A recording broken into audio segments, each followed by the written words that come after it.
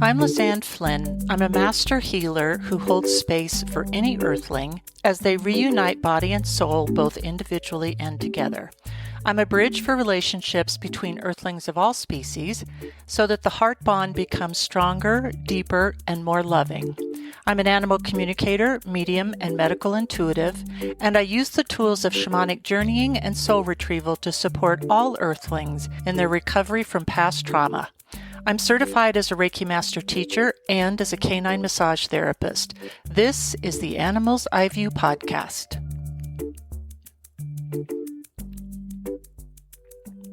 For people who are getting to know me personally, they are sometimes surprised to discover that I am a bit of a sports girl, meaning I follow certain sports closely, like hockey, football in the past, a la Denver Broncos, we don't need to go there, and certainly right now, as I live in Colorado, basketball. As someone who was born here, I remember some of the highlights of the legacy of sports in Denver and in Colorado, as well as some of the names, which is really just great fun for me, and maybe one of the benefits of growing older on this planet. I like sports because of the contrast that it offers me in terms of my own experience, such as the physical contact, oh yeah, and the competition, and let's face it, the good-natured, impassioned trash-talking between fans of different teams.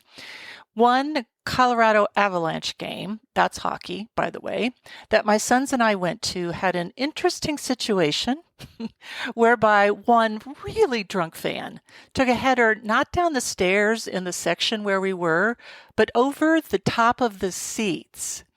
And he just completely lost his balance and fell forward about 4 to 5 rows of people and landed, unfortunately, on a kid who looked to be about 10 years old. Nobody was hurt, although I'm sure that kid was pretty scared. Security was called, the man was dispatched, and I'm fairly certain it was to a safer place, i.e. a jail cell, to sleep it off until the next day. And of course, at these home games, the majority of fans are rooting for the home team. So it's another aspect of actually celebrating the contrast of a particularly hard cross-check, again, hockey, or a sack of a quarterback, that's football, or a fierce dunk of a basketball. You may notice that I'm leaving out baseball, which frankly is kind of milquetoast to me, meaning it's a bit ho-hum. Yes, I know that double and triple plays can sometimes be exciting and that there's a strategy involved. I honestly think that it doesn't have the contact high, if you will, that the other sports offer me as a contrast outlet. The latter is what I refer to in the Master Language Immersion course in the Animals I View Academy, so that every week for the participants, it's important to have some kind of contrast outlet, so that contrast is deliberately experienced and is made part of seeking that energy, just as moments of light are deliberately sought out, because it's all about the balance and the partnership between the two. I also have and have had for quite some time a subscription to Sports Illustrated, which I just love to read. I'm going to name the human interest stories. Plus, it kind of brings me up to date on what's going on in sports. For instance, the rise of the popularity of pickleball of all things and all the contrast issues that may go along with that. For me, it's just great fun to read. It's great entertainment at the end of the day when I'm kind of winding down and I'm going to check into the world of sports.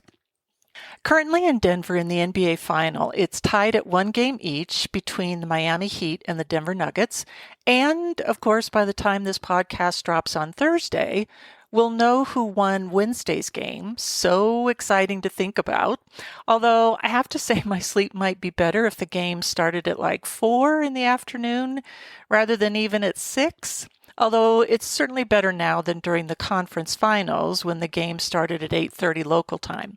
That adrenaline rush makes it hard for my body to calm down and get to sleep, and even more so when the Nuggets lose. And it's interesting to me from an energy standpoint how the Nuggets, as Rodney Dangerfield would say, don't get no respect right now, or maybe ever, from the sports media. We just care about that championship in Denver. And at the same time, I think the neutrality with which the team plays, that meaning the Denver Nuggets, actually has a large amount to do with the perception of how they are and, more importantly, who they are. Because we humans, we want our sports to be filled with all sorts of contrasts, especially in the people themselves. Although it is of note that there isn't nearly the same amount of, air quotes, bad girls in women's sports as there are bad boys, or at least the perception of the same, right? Yeah, I know it's a stereotype, and I'm hoping you'll indulge me for just a few more seconds. And yeah, I also know it's part of our patriarchal ruling society for there to be stereotypes and bias both for and against. But I haven't heard of a WNBA player flashing a gun or being suspended for spousal or partner abuse. I also haven't heard of an NWSL player, absent Hope Solo's charges, getting arrested for DUI or for causing a fight in a club. We could probably argue this on both sides all day long. I would still bet that the passion and commitment, regardless of gender identity of a professional athlete, is really what stacks up equally on a one-to-one and team basis. And so where the respect or lack thereof towards the Nuggets is concerned, is that perhaps it lies in the lack of contrast found individually or on the team, meaning there are no transgressors of the law currently on the team, at least that my interwebs research could find. There's no transgressors of spouses or partners or children, and while I'm certain that they don't lack in having or finding contrast during a game, it does seem as if the overall function of the team lacks a certain contrast that humans want to see in their sports.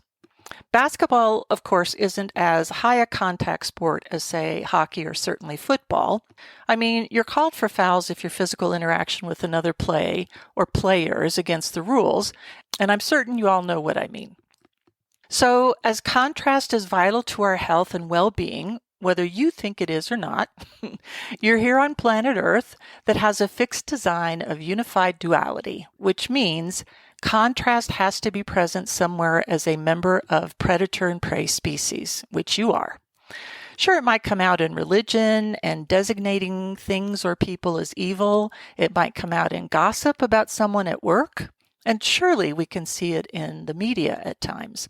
And absent the majority of us putting a cross-check or a tackle on a perceived competitor, say a work colleague or our spouse when they want to adjust the thermostat again for the umpteenth time so that we all coexist in either a sauna or a freezer, depending upon your preference, sports and our energetic interaction with them is important, or at least a semblance of a sport, because sometimes we use reality TV shows or dramedies for that same purpose. And to be clear, it's just a really good thing to do for yourself so that you don't end up having this contrast all bottled up with nowhere to go except inside, and then it might get projected out towards someone or something way out of proportion to what you think they did to you to make you feel the way that you do.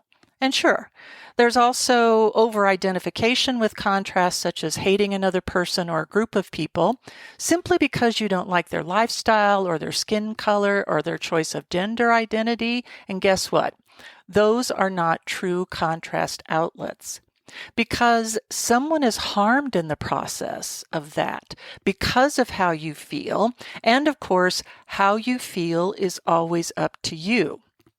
These Nuggets, though, because they're handling their team contrast in such a way as to be responsible for their own feelings, aren't blaming anyone other than themselves for any loss. And they're celebrating their wins because of how it matters to them, you see. They seem to like each other, they seem to like their team, and because that necessary friction either within themselves or between each other isn't really present, there's nothing of note for the sports pundits to seize on and either make fun of or say that they're losing because of this team member or that team member. It's clear.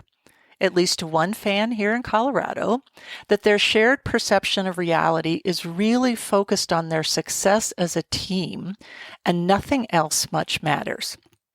And come to think of it, maybe it's centered around the Zen-like quality of Nikola Jokic, whose home life seems really balanced with basketball being a contrast outlet for him.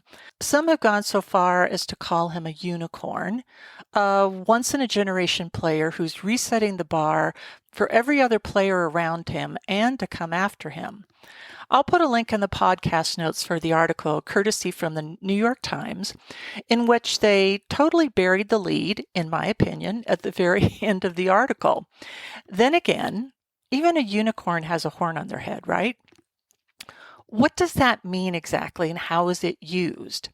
And right about now, I'm feeling the soft nose of what feels like horse just under my right arm, and yet I'm also getting the distinct visual impression of a good-sized, probably about 2 feet in length and about 6 inches in diameter at the base horn that seems to add the balance to what we typically think of as unicorn and their magical qualities, healing tears and all.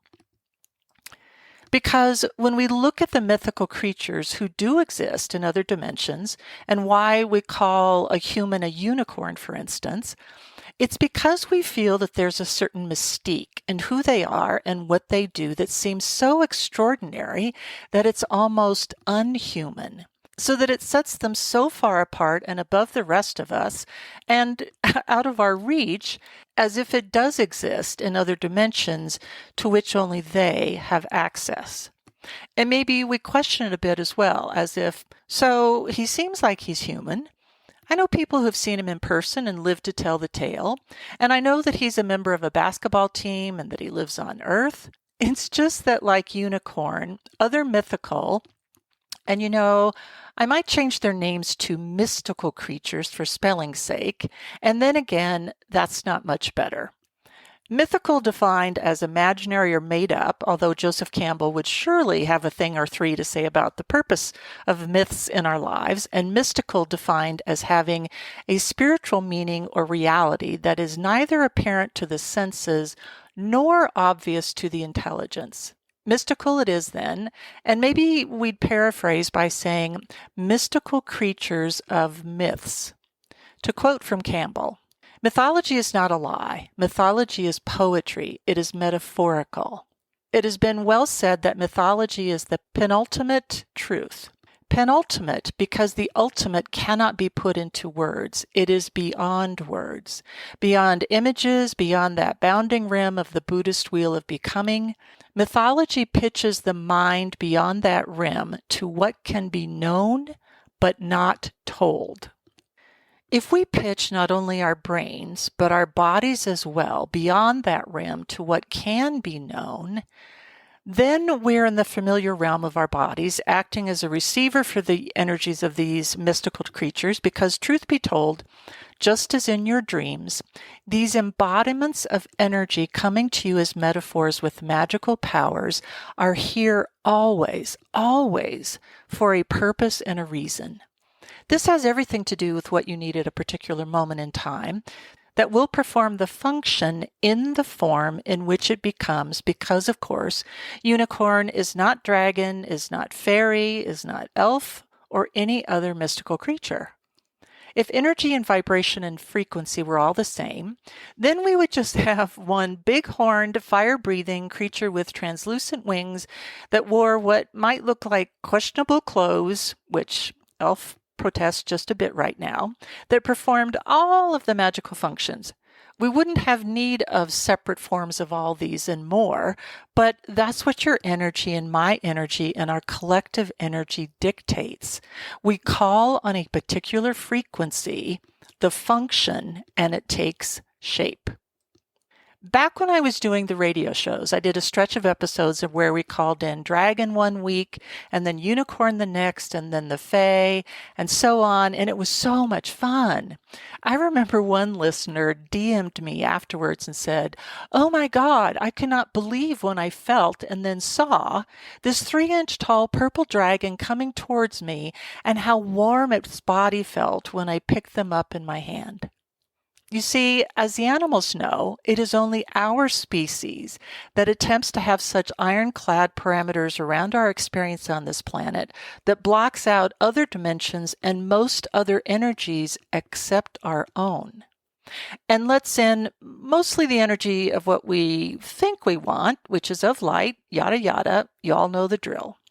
And here's the real question as posed by the mystical creatures. Quote, in order to balance your human experience on planet Earth, we propose you let in more light and at the same time a bit more contrast as well.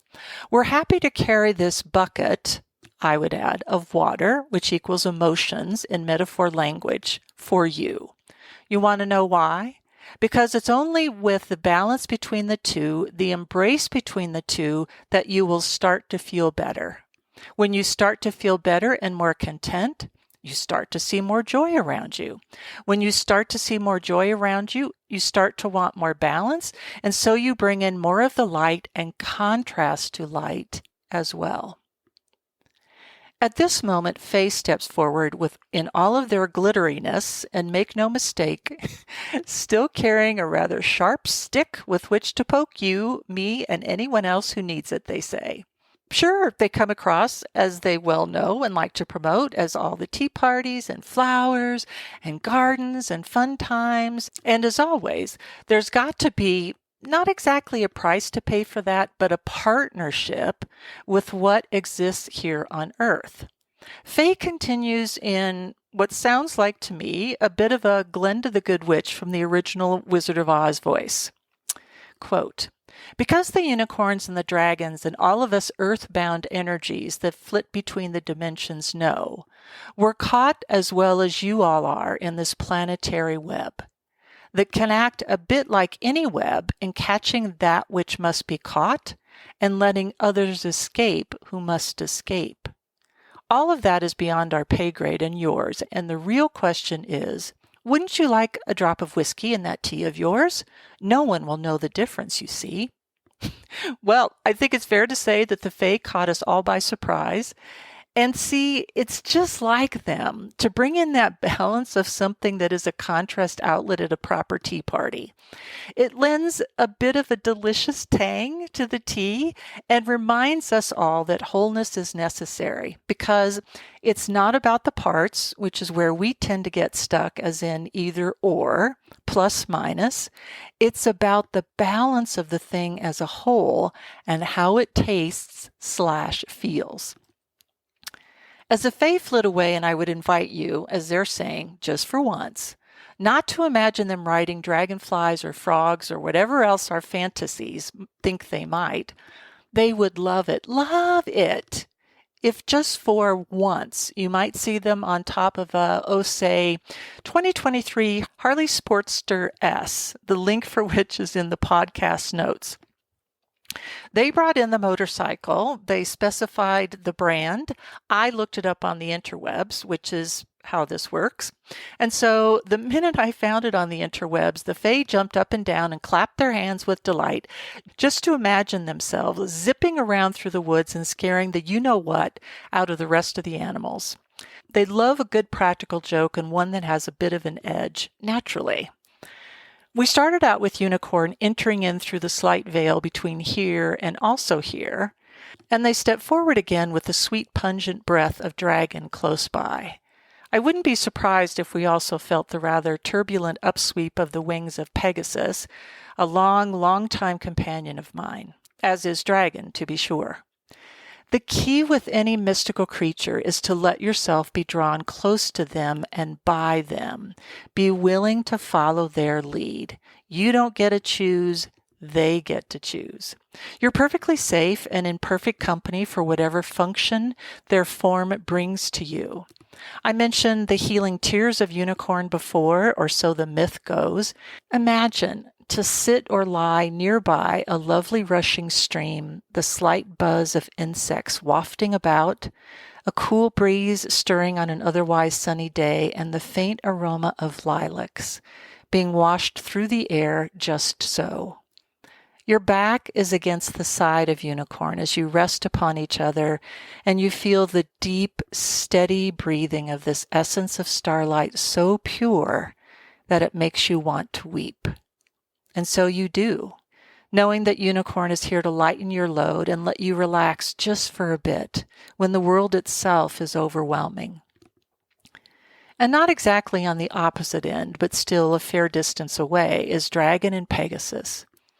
Dragon is who is called to me when faced with unfriendly energy, and those who would pressure me to be what they want me to be and not who I choose to be, and certainly not who I am.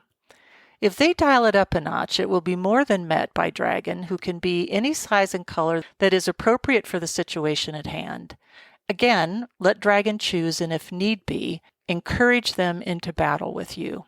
You would be hard-pressed to find such a fierce fellow competitor and warrior by your side than Dragon, because their presence alone is enough to make any human sit up just a bit straighter.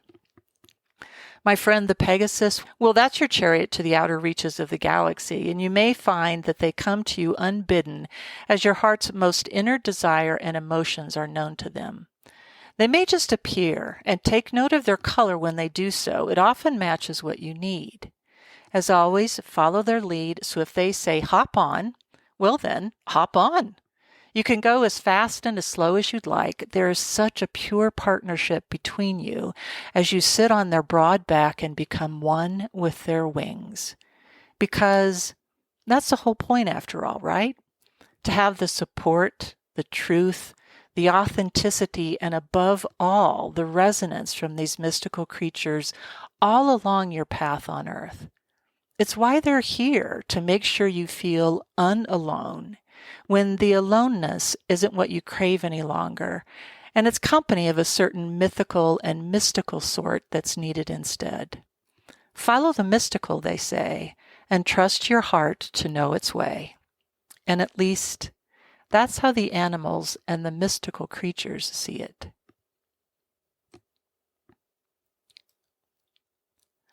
Thanks for listening today. Leave a review and be sure to subscribe to this podcast.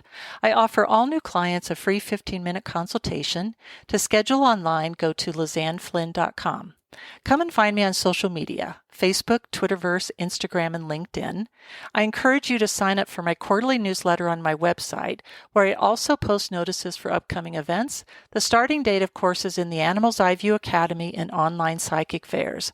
The episodes of this podcast are available on my YouTube channel, complete with subtitles. You'll find that link in my podcast footer, and be sure to subscribe. I'm going to be taking a podcast break for the rest of the month of June, and I'll return on July 6th.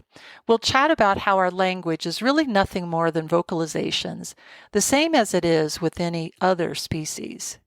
This has been the Animal's Eye View podcast. I'll see you next time.